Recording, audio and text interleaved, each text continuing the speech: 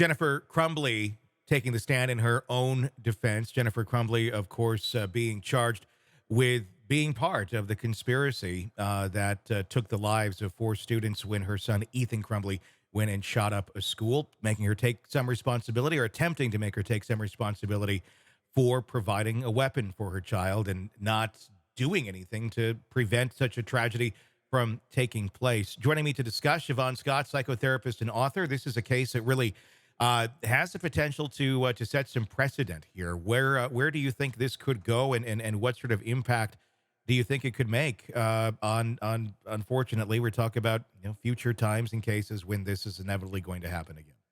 Yeah.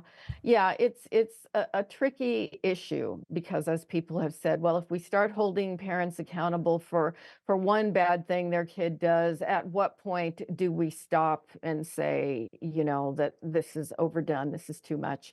I get that. But we've got to do something in this country. Hundreds and hundreds of school shootings now. Gun violence is the number one killer of children between ages 1 and 19. We're the only country in the world like this. We're the only country in the world that has school shootings like this. What's the variable?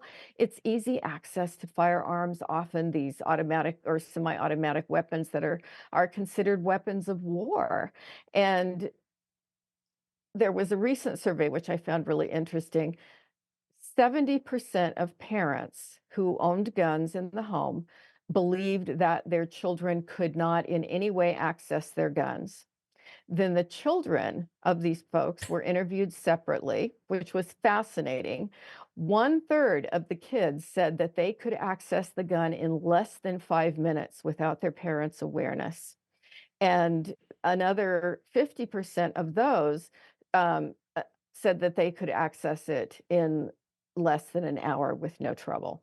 So I think when we look at the big picture here, this is carnage. And I Mhm. think we've got cultural PTSD. People are homeschooling their kids because they're afraid of school shootings, which, of course, yes, in the big picture of the millions of people in this country, it's not going to happen most of the time, but it's happening with frequency, Mhm. increasing frequency. And I think people are just throwing up their hands saying, we've got to do something here.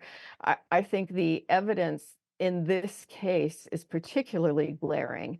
The fact that they had clearly a disturbed kid, a very unhappy kid, a kid who was having hallucinations, apparently, that they were ignoring, who had violent fantasies, who had killed small animals. He even had a plan. Now, they didn't know this, but other people knew it, to kidnap, torture, and rape a classmate. Okay, so we've got a disturbed kid. What do they do for his 15th birthday? Buy him a gun and then post about it on Facebook as if, look how cool this is. So this really is a glaring case where I think we've got to hold parents responsible. Mhm. And that's my bias because I study violence all the time and prevention is my big thing. That was the topic of my book. How do we stop this? And we always look at these multiple we try to look for the cause, and it's always multiple factors: mental health of the shooter, the social exposure that they have, particularly to the internet, a culture where we live in that, guns are always a solution to personal problems or grievances, the lack of mental health care accessibility. But other countries have those problems too. Mhm. And so, what is the big difference here? It's that we've got more guns than people and kids are accessing them. Mhm. So we've got to do something, I think, to hold parents accountable. So many kids that die from gun violence accidentally shoot themselves from just playing with the gun. Mhm. It's made me sick for years. And Yeah. so that's my own emotional response to it. And I completely agree. I mean, something certainly needs to be done about the access that kids have to these things. Um, eh, with this specific case, and what I'm wondering about is the long term effects of this case and the precedents that it's going to be setting, if in fact they are found guilty of this, and which I think they are. I mean, they are idiots. These were two Yeah. extremely dumb parents that Yes. were very much wrapped up into their own world of whatever the hell they were doing without a whole lot of regard for the possibilities of what their disturbed son may be getting into. which they knew damn well was disturbed. I mean, Yeah. the evidence is all there. If you were not aware of that, you are just had one hell of a confirmation bias of thinking your son is, some lovely young man.